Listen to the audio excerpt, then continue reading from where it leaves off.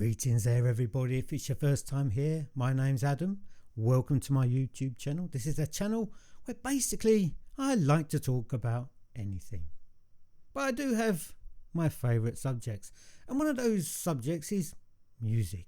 I just love music from the 80s. I was a teenager and I grew up in the 80s, so obviously I have very fond memories of that decade.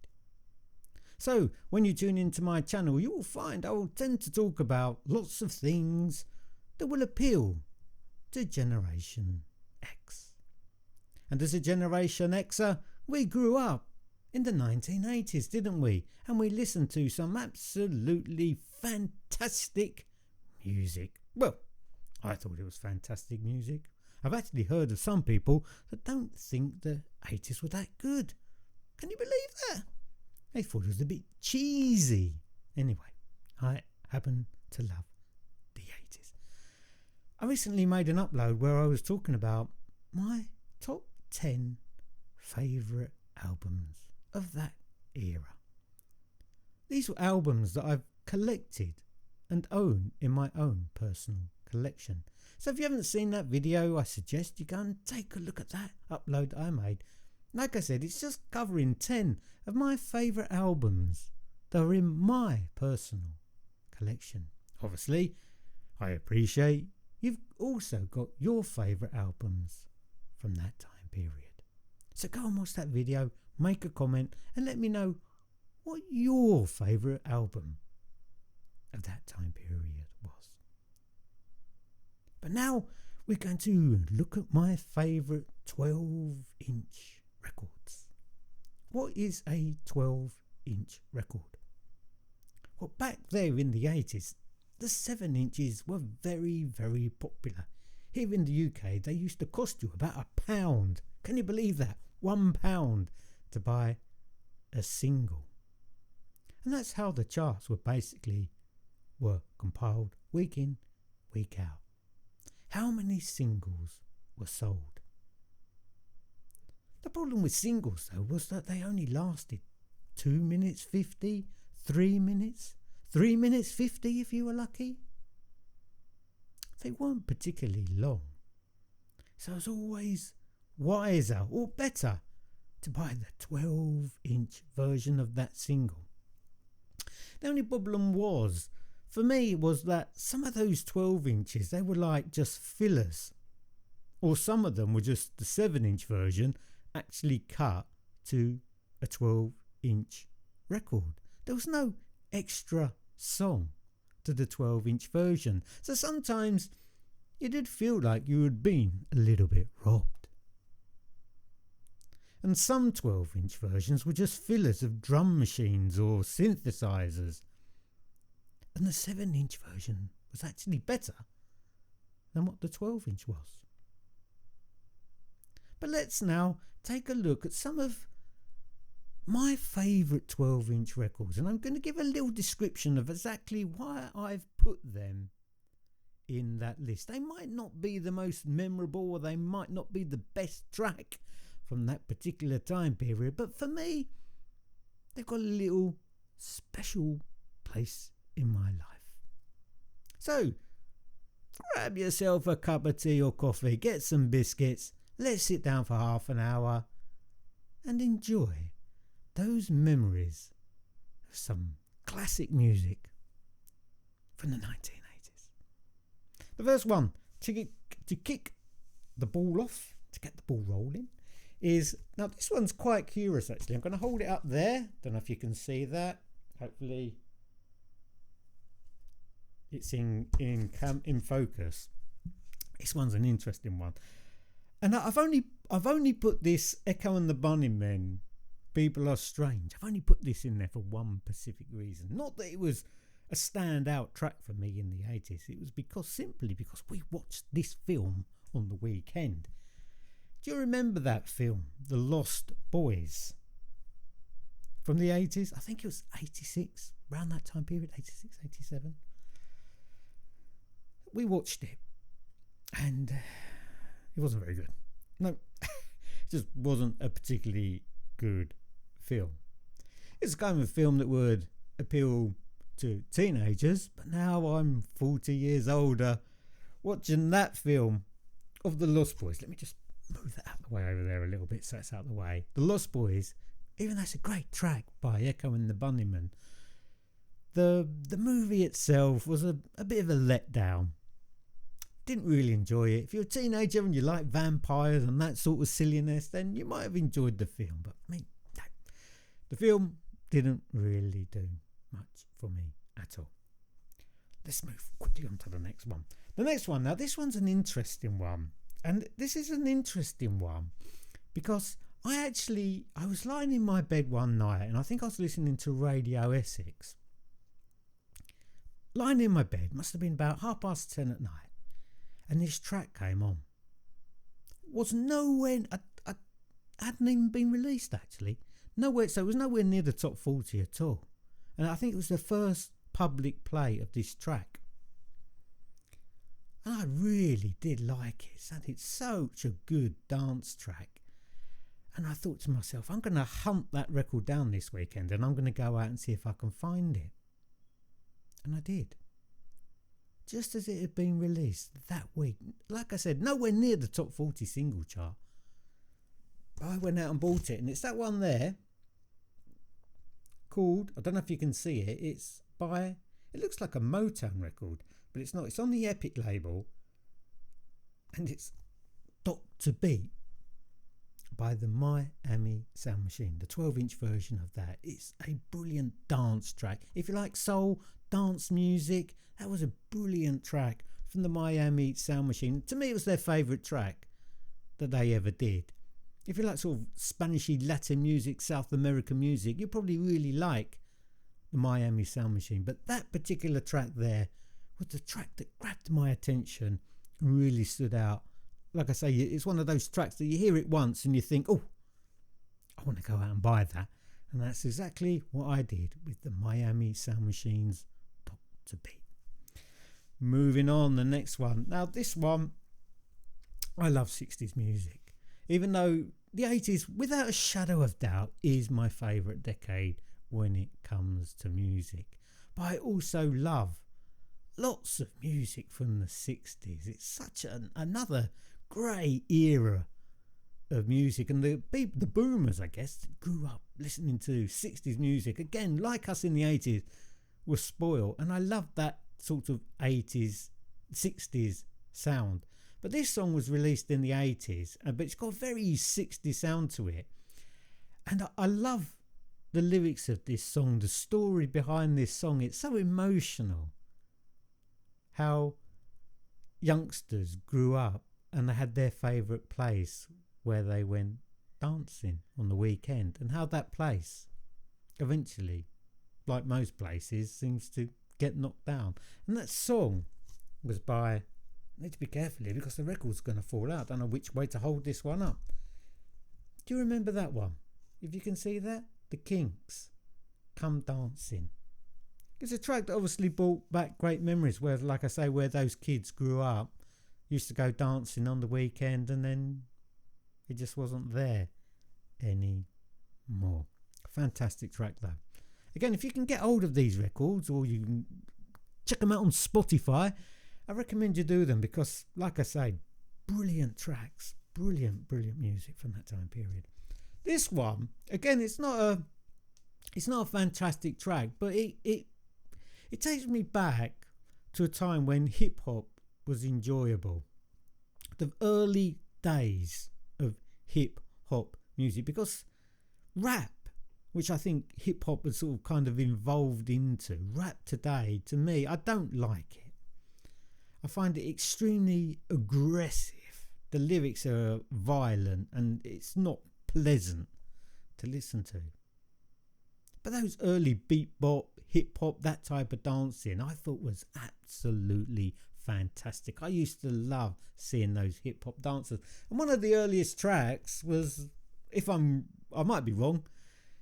If I am, let me know. But one of the earliest tracks I remember for hip hop music was Hey You, the Rock Steady Crew, where they used to do, was it any Americans out there watching that? Where did this all start off? Was it New York City, where you used to get the break dancers and this type of hip hop music. Was it New York?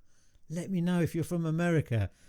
As I say, I loved it. When I was young, 10, 11 years old, used to watch it on Top of the Pops and doing the hip hop dancing, loved it. And that track is one of those tracks that bring back great memories of hip hop dancing. A bit like Ollie and Jerry breaking and Grandmaster Flash. All that fantastic hip hop music from the late 70s, early 80s. What happened to it? Where did it go wrong? Why is it so violent and aggressive now? But back then, it was fantastic music. Moving on, let's move them out of the way there a little bit. Moving on, we've got Marvin Gaye and Sexual Healing. I've actually got another YouTube channel where it's my business channel, and I was recording some of my favourite records using a turntable. And one of the most popular uploads that I've actually made on my other YouTube channel was using this track by Marvin Gaye, who was sadly shot by his father, and it is very plain, boring cover. If I just hold it up there for you, it's released on the CBS record label in 1982, this version, and it's Marvin Gaye and Sexual Healing. I'm sure we all love that tune, we all recognise that tune, we can all sing along to that masterpiece of a classic 1980s 12-inch. Another great dance. I do like dance music. I to be honest with you, I like so many different genres of music. I'm not one of those people that are specifically focused on just one type of music. I find that extremely boring if you just stick to one genre of music. I like to listen to many different types of music, being electronic, dance, hip hop, a little bit of heavy metal. I'm not sort of into opera or classical particularly. I don't like baroque. But I don't stick to one genre of music, and I do like disco music. And to me, this is probably one of the, I say Chic are probably one of the best disco funk bands. But for me, this is one of the great, all-time great dance disco 12-inch records, and that's Sister Sledge and Lost in Music. I'm hoping these are all in focus and you can see them.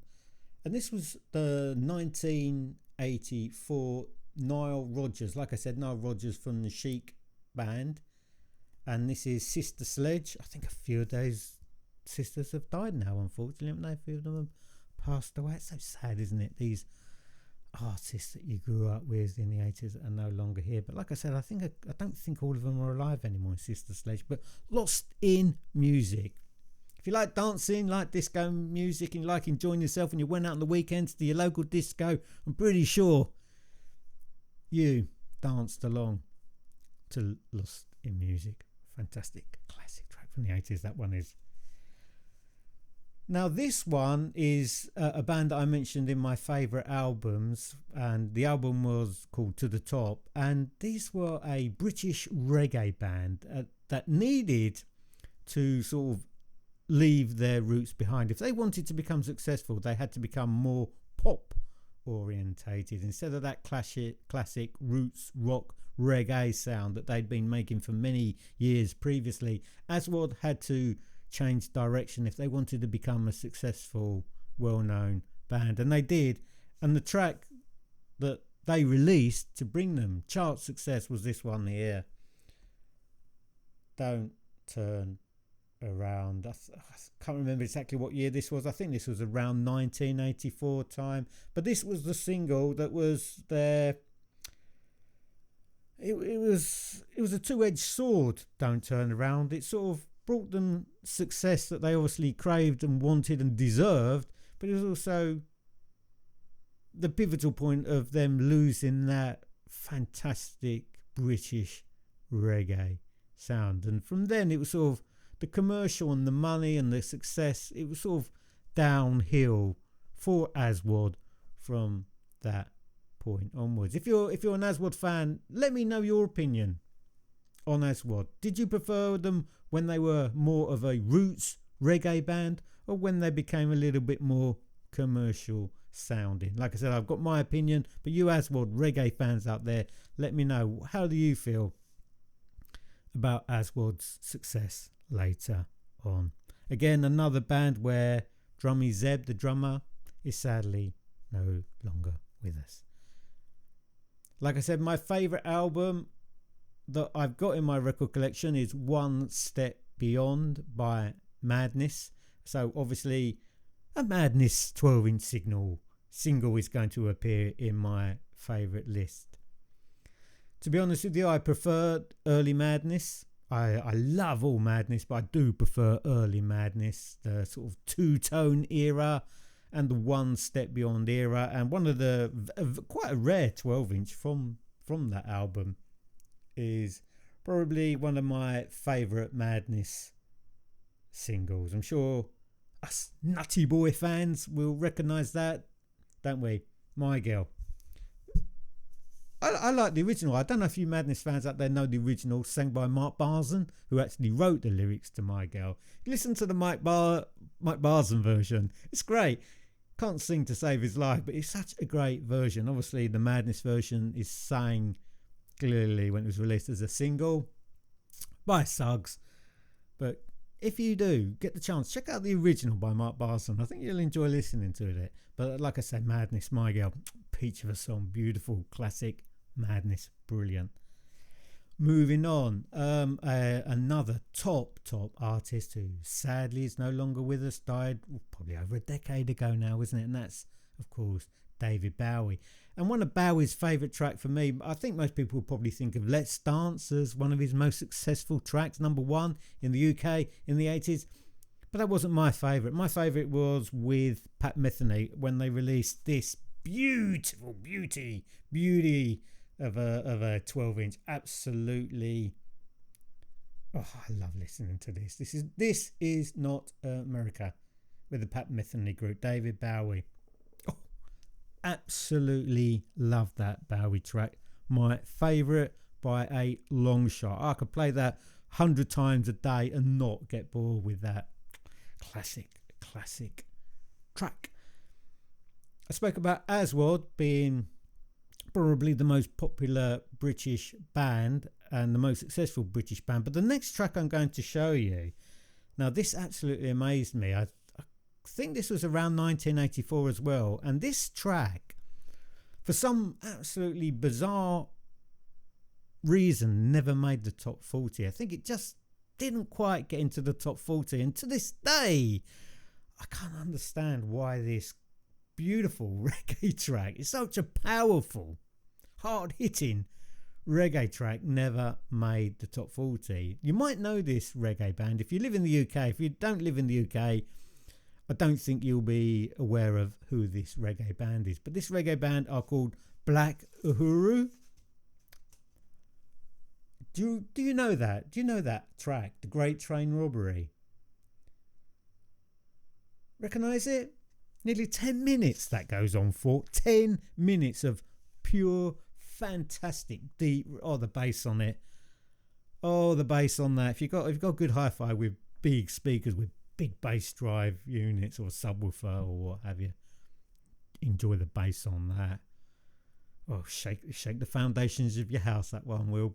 Brilliant reggae track. Really lovely, deep bass. And that's the perfect record for a good turntable. You know, that rich warmth sound you get from a turntable suits that record down to a T. That lovely powerful bass on the Black Uhuru Great Train Robbery. To this day I've never understood how that track didn't get into the top 40 and was more successful.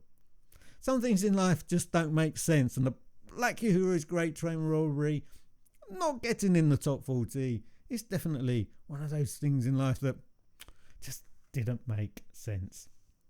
The next one, again, it's a band I featured in one of my favourite albums, and this is probably one of my favourite tracks, and this one's Louise. It's a love story by the Human League, and I like this because of the lyrics. I'm going to hold up there again so you can just see it, just to remind you. It's a love story about obviously a couple who were in love when they were younger, and they obviously split up, hadn't seen each other, I don't know, 5 years, 10 years, 15 years, maybe even 20 years, who knows. But then one day you see that person again, and all those feelings and memories comeback of that person. Even though you haven't seen them for a long period of time, there's that spark and that special memory that just comes flooding back when you remember, and that person, you catch them in the corner of your eye and you see them, have a quick chat, catch up. Nice, I like that. Human League, Louise, really nice song that. Enjoyed that one. Like I said, I like many types of genres of music, and this artist, I thought he was very, very talented, and that is Gary Newman. And this was a double A. Was it a double A? I'm sure it was a double A. Yeah, it is. No, it's not. Yeah, yes, it is. Yes, it is. I thought it was a double A. Do you recognise that? Do you remember that? Early 80s, very early 80s sound to that. But it stood the test of time, hasn't it? You can listen to Cars by Gary Newman 45 years later, and it still sounds as good as what it did many, many years ago. Hold it up again so you recognise it. Our Friends Electric and Cars. And We Are Glass as well is also on that. Again, it's timeless music that 40, 50 years later you can still listen to it, enjoy it like you did exactly the same 40, 50 years ago. It still sounds as fresh and as good as what it did all those years ago. That's how you tell a good track, one that stands the test of time. Another one that stood the test of time was an old Northern Soul cover by Soft Cell. Don't know if you remember the original of that. As like I said, it was a Northern Soul hit, and obviously Soft Cell covered it themselves. Got to number one. Tainted Love. I think that's about 1981, wasn't it? Tainted Love got to number one. So again, that makes it into my list of one of my favourite tracks from the 80s. Timeless track, Northern Soul. If you don't know Northern Soul, check it out. It's like British version of Motown. Fantastic dancing, fantastic clothes. Brilliant. Check out Northern Soul. Excellent music. Another sad story. Again, this young man, unfortunately took his own life just shortly after this song. It is a kind of dated song, and it's a song that probably a lot of people won't like, but there's something special, definitely something special about Joy Division. Something special about this track. Gonna hold it up there. Do you remember that? Love Will Tear Us Apart. It's very, very melancholic, if I can say that word correctly. Melancholic. Sad. It's probably the best way to say it. Very sad song. Obviously a man that had problems, mental problems, and like I said, sadly, Ian Curtis took his own life. Again, another reggae track, even though I must say reggae is probably one of my favourite genres of music. I mentioned the Legend album as one of my favourite top 10 albums, and again, like, I'm just going to recap that for some bizarre reason Legend is still in the top 100 albums some 45 years later. That's obviously due to streaming. Obviously people still aren't buying Legend, surely not. But one of my favourite tracks from that Legend album was this one here, Buffalo Soldier. I think most people will, I don't know if that's I think the light's a reflection off the cover, and they've got plastic covers on some of these records to try and preserve them, really, because like I said, they're 40, 50 years old, and they need sort of these plastic covers on them to try and protect the covers on them a little bit. But obviously when I'm holding them up to the camera, you can see the light unfortunately reflecting off those cameras. I don't know, I'm running slightly out of time here, so I'm going to have to sort of speed up a little bit with these last few. This was another brilliant track. It was a cover of an ABBA song, and I put it in my list because I love the ABBA version, but I actually prefer, funnily enough, this blancmange version, and it's The Day Before You Came. Doesn't matter who sang it, ABBA or blancmange, it's a brilliant track, but like I said, I think I do tend to slightly prefer the blancmange version of that track. One of the most controversial bands of the 80s, without a shadow of doubt, were Frankie Goes to Hollywood.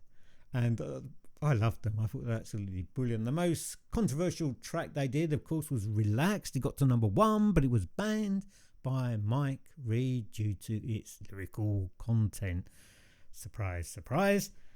Today, probably no one would take any notice of it, but back there in the 80s, it was banned by the BBC, by Mike Reid, apparently, and they also released another couple of fantastic songs. Was it Two Tribes? And then the one that followed Two Tribes, I think, was this one, if I'm getting the chronology correct, and it was this beautiful, again, another fantastic love song, The Power of Love.